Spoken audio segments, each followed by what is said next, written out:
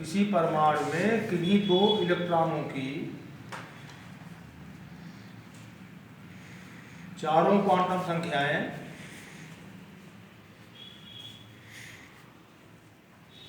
समान नहीं हो सकती।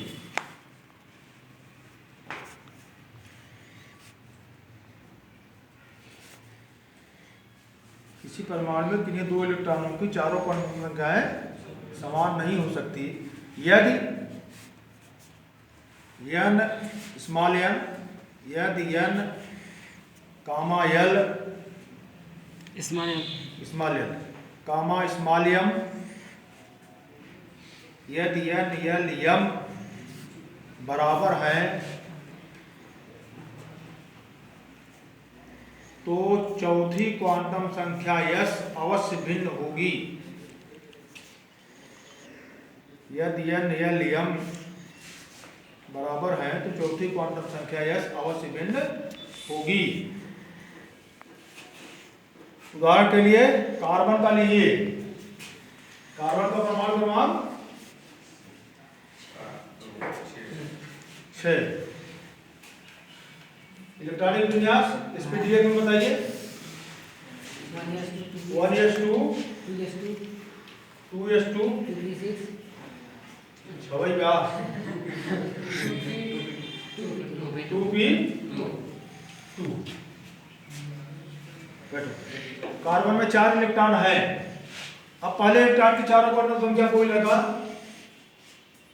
n बराबर कल बताए कल सब लोग थे। n बराबर एक लड़का पूरा बोलो चलो तुम बोलो।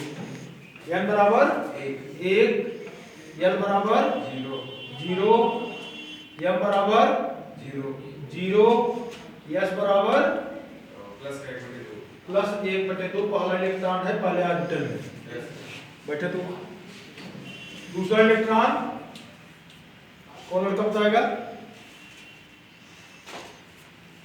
n बराबर 1 l बराबर 0 m बराबर 0 s बराबर -1/2। उसी ऑर्बिटल में दूसरा इलेक्ट्रॉन जा रहा है। कई ऑर्बिटल है तो हो जाएगा -1/2। तीसरा इलेक्ट्रॉन n बराबर कौन लड़का और कोई n बराबर 2 1 कहाँ से आएगा। एक में दोनों इलेक्ट्रॉन थे दोनों को लिख दिया गया। हमने कल बताया था इलेक्ट्रॉनिक विन्यास में जो अंक लिखा हुआ है वह क्या होता है n और sp/df के लिए n का मान निश्चित है 0 1 2 3।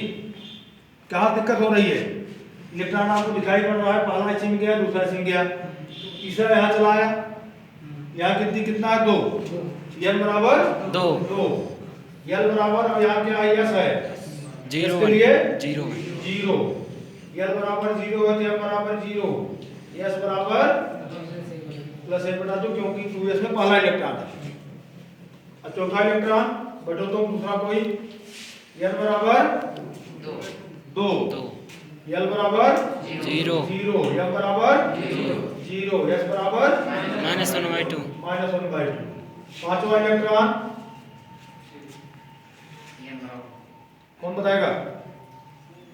चलो m बराबर 2 l बराबर 1 p आ गया l बराबर 1 m बराबर -1 ठीक s बराबर +1/2। बैठो। छठवां इलेक्ट्रॉन n बराबर 2 l बराबर 1 m बराबर 0 s बराबर +1/2 ठीक। अब तुम तो अपना 6 इलेक्ट्रॉनों क्वांटम संख्या लिखी है। इसमें किन दो इलेक्ट्रॉनों की क्वांटम संख्या बराबर है। चारों क्वांटम संख्याएं 6 इलेक्ट्रॉन की लिखी गई हैं। किन दो इलेक्ट्रॉनों की क्वांटम संख्याएं बराबर हैं।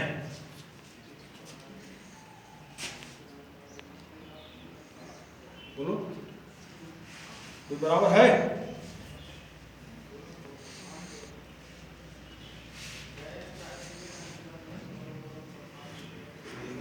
नहीं।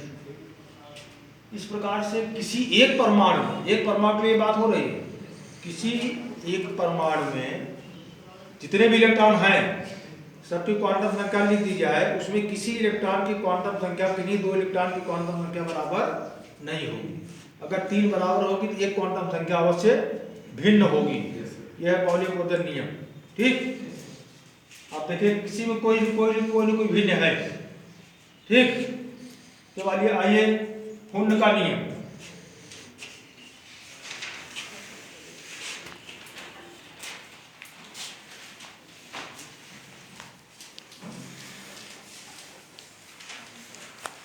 हुंड का नियम, हुंड का नियम कौन बताएगा?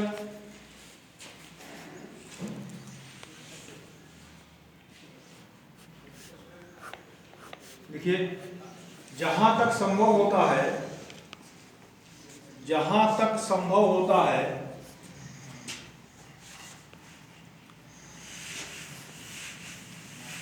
उपकोष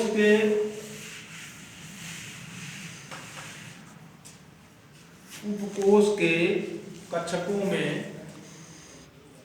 जहां तक संभव होता है उपकोष के कक्षकों में अयुग्मित इलेक्ट्रॉनों की संख्या, अयुग्मित इलेक्ट्रॉनों की संख्या अधिकतम होती है।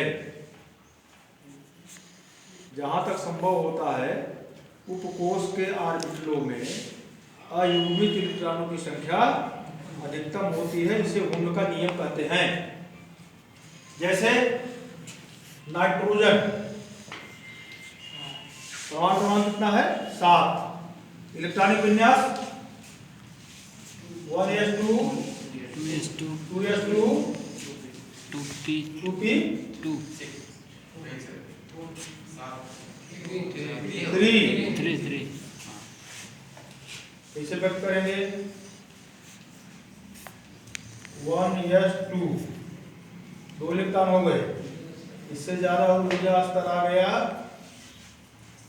2s2, फिर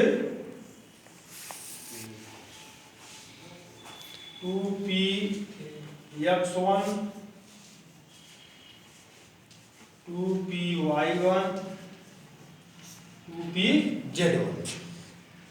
इनके नियम के अनुसार यहाँ 3 इलेक्ट्रॉन है। एक तो यह विन्यास हो गया, एक हम लिख सकते हैं यह है सही।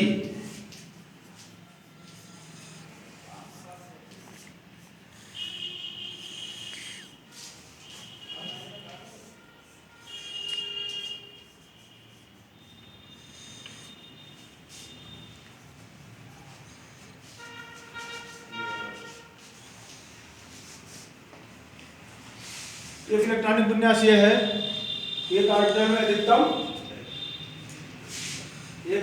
अधिकतम 2 इलेक्ट्रॉन होते हैं।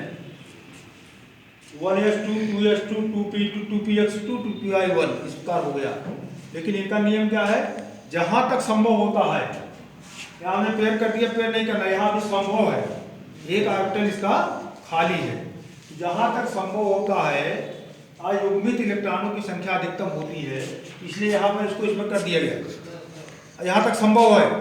अब अगर अगला इलेक्ट्रॉन आएगा, परमाणु क्रमांक 8 हो जाएगा, तब संभव नहीं है, तब उसको यहाँ पेयर करना पड़ेगा। फिर उसके बाद आएगा तो यहाँ पेयर हो जाए, उसके बाद आएगा तो यहाँ पेयर हो जाए। ठीक, ये हुंड का नियम है। दूसरा चीज एक और, अक्रिय गैस। अक्रिय गैस के बायोकोष में कितने इलेक्ट्रॉन होते हैं? 2, 8 होते हैं। देख लीजिए, हीलियम को छोड़ करके सभी अक्रिय गैसों के बायोकोष में 8 इलेक्ट्रॉन होते हैं। उनका इलेक्ट्रॉनिक विन्यास NS2 NP6 होता है। ठीक, मतलब क्या हुआ?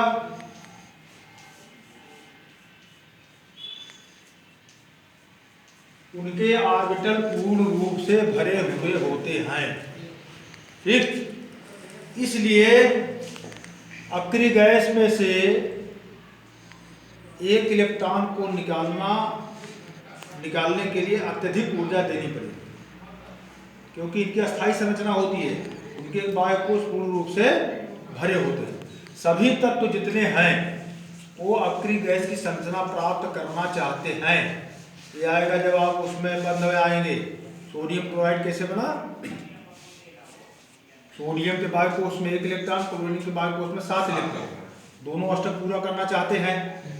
अब सोडियम क्या करता है? अपने बाह्य कोश के 1 इलेक्ट्रॉन को क्लोरीन के बाह्य कोश में स्थानांतरित कर देता है।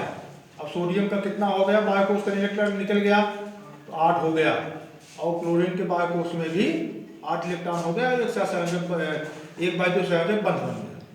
ठीक, तो सभी तत्व अक्रिय गैस की संरचना प्राप्त करना चाहते हैं क्योंकि इनकी अस्थायी संरचना होती है। दूसरा चीज देखिए, अगर ऑर्बिटल आधा पूर्ण रूप से भरे हैं, अगर ऑर्बिटल आधा पूर्ण रूप से भरे हैं वो भी लगभग अस्थायी संरचना मानी जाती है। ये क्वेश्चन है, बात पढ़ाएंगे कि आवर्त सारणी में बाएं से दाएं जाने पर आयनन विभव बढ़ता है। आयनन विभव क्या है? बढ़ता है। किसी परमाणु के बाह्य कोश से इलेक्ट्रॉन को निकालने के लिए जो ऊर्जा देनी पड़ती है उसे उसका कहते हैं आयनन विभव। ठीक, अब देखिए आयनन विभव। सोडियम पहले कोश में, इसके बाह्य कोश में कितना? 1 इलेक्ट्रॉन, 2 8 1। सोडियम के बाद कौन सा तत्व आएगा? बोलो, मैग्नीशियम। मैग्नीशियम बाह्य कोश में 2 इलेक्ट्रॉन। इसके बाद क्या आएगा? एल्युमिनियम बाह्य कोश में 3 इलेक्ट्रॉन। फिर सिलिकॉन, कितना इलेक्ट्रॉन बाह्य कोश में? 4। फिर फास्फोरस बाह्य कोश में 5। फिर सल्फर, फिर क्लोरीन, फिर आर्गन।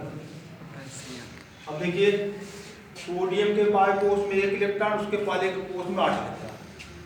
पहले वर्ग के तत्व क्या कहते हैं? क्षारीय धातुएं। और सारी पहले वर्ग के जितने तत्व हैं क्या है? क्षारीय धातुएं। दूसरे वर्ग में क्षारीय मृदा धातुएं, बाद 2 इलेक्ट्रॉन। अब यहाँ ये अपना अष्टक पूरा करने के लिए अपने इलेक्ट्रॉन को निकालने की प्रवृत्ति रखता है। सोडियम में चाहता है हमारे बाह्य कोश में 1 इलेक्ट्रॉन है वो निकल जाए, तो उसके बाह्य कोश में कितना इलेक्ट्रॉन हो जाएगा? भाई 1 वाला अगर निकल गया 8 हो जाएगा। 8 वाला मतलब उसके बाह्य कोश में 8 इलेक्ट्रॉन। यह अपने 1 इलेक्ट्रॉन को निकालना चाहता है, इसलिए सोडियम के इलेक्ट्रॉन को निकालने के लिए बहुत कम ऊर्जा देनी पड़ती है। मतलब सोडियम का आयनन विभव बहुत कम होता है। ऊर्जा कम देख पाए तो आयनन विभव कम होगा। मैग्नीशियम पास जाइए, इससे थोड़ा आयनन विभव ज्यादा हो जाए क्योंकि उनकी लालच पड़ रही है। इसके पास 2 इलेक्ट्रॉन है, लेकिन 6 इलेक्ट्रॉन पाना संभव नहीं है, इसलिए अभी दोनों इलेक्ट्रॉन त्यागना चाहता है। इसे बढ़ते जाएंगे, जैसे जैसे बाह्य कोश में इलेक्ट्रॉन बढ़ता जाएगा वैसे वैसे आयनन विभव बढ़ता जाएगा। क्लोरीन के पास आ जाइए, इसके बाह्य कोश में कितने इलेक्ट्रॉन?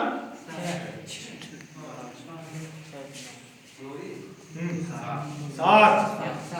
2 8 7। अब 7 उसके पास बहुत इलेक्ट्रॉन उसको केवल लेकर चाहिए, तो 7 इलेक्ट्रॉन नहीं निकालना चाहेगा। तो प्रबल विद्युत ऋणात्मक तत्व है हाइड्रोजन, जिसने तो है क्या है? प्रबल विद्युत ऋणात्मक तत्व। वो इलेक्ट्रॉन को आकर्षित करने की प्रवृत्ति रखते हैं, खींच लेते हैं। तो इसलिए बाएं से दाएं जा रहे हैं, क्या हो रहा है? आयनन विभव में वृद्धि हो रही है। किसी आवर्त में बाएं से दाएं जाने पर तत्वों के आयनन विभव बढ़ते हैं। ठीक, अब इसके दूसरा आवर्त लीजिए। दूसरा आवर्त बोलिए कोई लड़का? Lithium, beryllium, boron, carbon, nitrogen, oxygen, chlorine, neon. बाएं से दाएं जाने पर तत्वों के आयनन विभव बढ़ते हैं और सबसे अधिक होता है अक्रिय गैसों का, पूर्ण होता है। लेकिन इसमें एक क्वेश्चन है, बाएं से दाएं जाने पर बढ़ता है, लेकिन नाइट्रोजन का आयनन विभव ऑक्सीजन से अधिक होता है, क्यों? नियम है, पढ़ता है, पढ़ना चाहिए, लेकिन ऑक्सीजन से यहाँ गड़बड़ हो रहा है। नियम ऑक्सीजन से ज्यादा नाइट्रोजन का है, क्यों? क्योंकि ऑक्सीजन में पी उपकोष के कक्षक आधा पूर्ण रूप से भरे होते हैं, जो लगभग अस्थायी संरचना मानी जाती है, इसलिए इसका आयनन विभव अधिक होता है। ऑक्सीजन क्या हो जाएगा? ऑक्सीजन में एक इलेक्ट्रॉन बढ़ गया, यहाँ आ गया ये। अब ऑक्सीजन भी यह चाहेगा कि जो एक इलेक्ट्रॉन है ये हमारा निकल जाए और हमारी आधी से अस्थायी संरचना, लगभग अस्थायी संरचना प्राप्त हो जाए, इसलिए ऑक्सीजन इस इलेक्ट्रॉन को निकालने की कोशिश रखता है, उसका आयनन विभव कम हो जाता है, इसलिए नाइट्रोजन का ऑक्सीजन का आयनन विभव अधिक होता है। ठीक, बंद करें।